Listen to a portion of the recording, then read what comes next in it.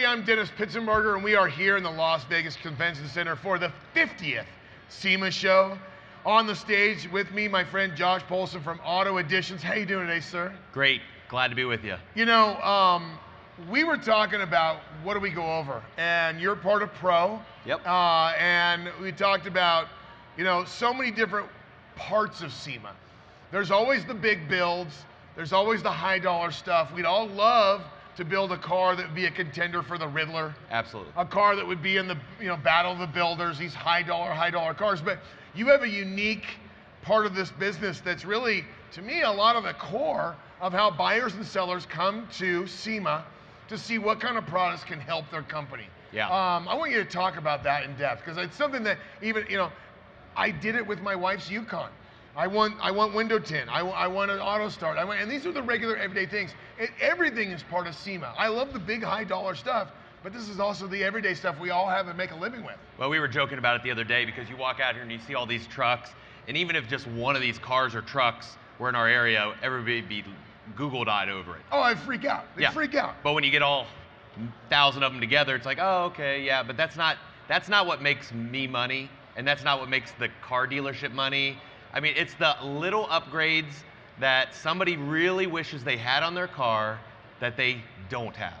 And it might be just a remote start, it might be a sunroof, it might be a DVD player, window tint, whatever it is. It's the little things that when I come to the show, I'm looking for the little thing that I can sell to a lot of people instead of trying to build this $10,000 package that nobody can afford. Yeah, and that's the reality of every day. We're all in this together. There's a lot of different slices of the pie. On that note, as a professional refinisher by trade, that's how I cut my teeth. I walk over to North Hall. Yes. And I look at trends, or I walk into South Hall. Now we all know the performance stuff's in the center. That's the goodies. Yep. But I walk into trends that I see in the North or South Hall, and I see so many different variances of what I didn't really think you could reinvent the mousetrap with. I'll give you an example: window film. Yeah. Paint protection. Yeah. Wheel packages, and not just in wheel packages, but just accessories for your wheels. How do you absorb that being a company that deals with that day to day?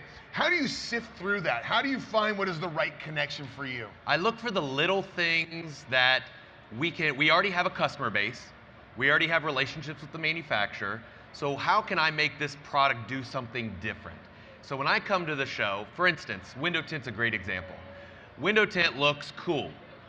But that's not why we sell window tint. We sell it to prevent UV rays from causing skin cancer. Now, you put a window tint on there that prevents the heat from coming inside the car. You don't have the tacky sunglasses on the windshield. You could put window tint on the front windshield of the car. It's clear, but it's protecting the car's interior and you as a consumer. So now that makes a whole nother realm of customers that aren't necessarily looking for it to be cool. Now they're looking at it to come across. So it's those little niches of the consumers that we're already talking to and the products we're already dealing with. How can we sell more of this in a different way? And that's what's so interesting about going through. Again, I can always go back to that adage. I love going through Central. I love looking at supercharger systems and turbocharger systems and big brakes and all that.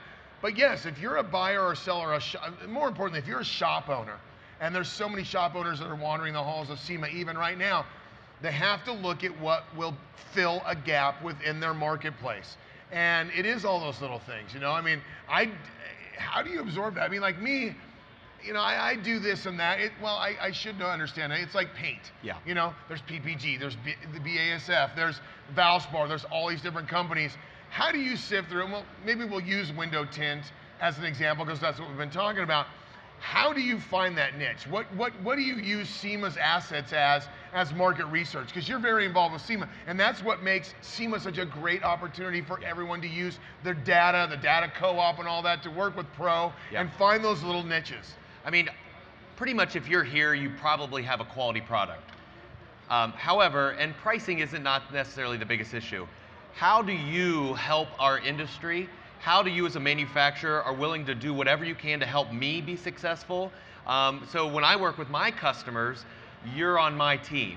And so I look for partners, and partners that are maybe involved in the industry, that want to help out, that want to take the industry, maybe raise the professionalism of the industry.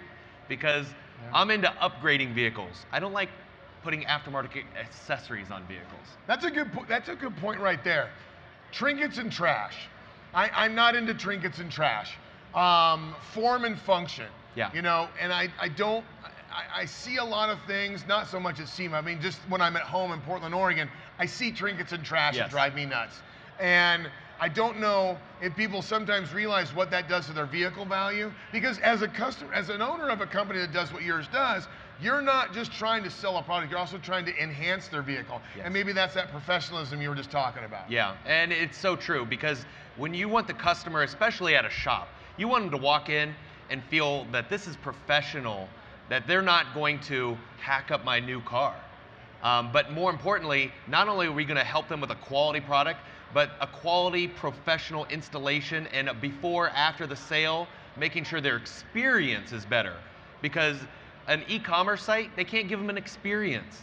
They can't interact with somebody about what they love. We are in the commodity business. I mean, people come to me, they're enthusiasts. They want to show me their cool things, and I want to see them, and they want to share that with their friends. So tapping into that just keeps building the referral business on top of it, and you can't get that on e-commerce, and you can't get that if you're just putting in trinkets and junk, like you said. Yeah, and it comes down to why SEMA is so important for the organizations within SEMA and for everyone here, because I've done it 1,000 times already. I walk up, I know they're busy, I shake their hand, I tap them on the shoulder and go, "Remember me?" And they go, "Yep," and it's just that little bit of, it's just that human contact that we need here. Listen, look in the camera, tell people if they want some great stuff from a great company, where they go if they're in the Ohio area. If you're in the Columbus, Ohio area, call us 614-899-9100 or visit us at the website is autoadditions.net. Central Ohio, come see us. There you go. Thank you so much for coming on and enjoying some of the time here at SEMA. Thanks, I'm Dennis Pitzenbarger. That's the 50th anniversary of the SEMA Show right here, SEMA Central.